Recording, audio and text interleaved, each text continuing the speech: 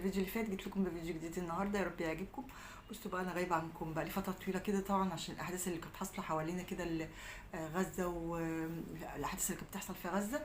ربنا يا رب يرحم شهدائهم ويضمد جروحهم يا رب، ويتولاهم برحمته، وربنا يفك الغمه كده يا رب، ويزيح الغمه عنهم. تعالوا بقى نخش في الفيديو بتاعنا النهارده. الفيديو بتاعنا النهارده غريب بالنوع، والقصه بتاعتنا النهارده غريبه جدا. محرجه طبعا جدا احكيها لكم. ليه بقى محرجه احكيها لكم؟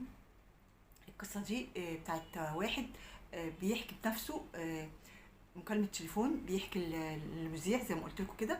آه، قصته غريبة من نوعها، يعني عارفين. مش هقول لكم زي اي قصة انا حكيتها قبل كده. تعالوا كده نخش في القصة ونحكي الاحداث بتاعتها. اول حاجة، الراجل ده متجوز وعنده 3 عيال. اللهم صل على النبي. عنده ولد مراهق كده، يعني عنده بتاع 15 سنة،